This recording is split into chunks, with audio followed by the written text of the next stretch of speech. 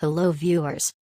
Welcome back to my channel. Today I am sharing Origami Ganesha tutorial. Hope you will enjoy the video. Please like and share the video, and those who haven't subscribed yet, please do subscribe my channel and don't forget to press bell icon. Keep watching and I will be back with more creative ideas and craft tutorials. Thank you.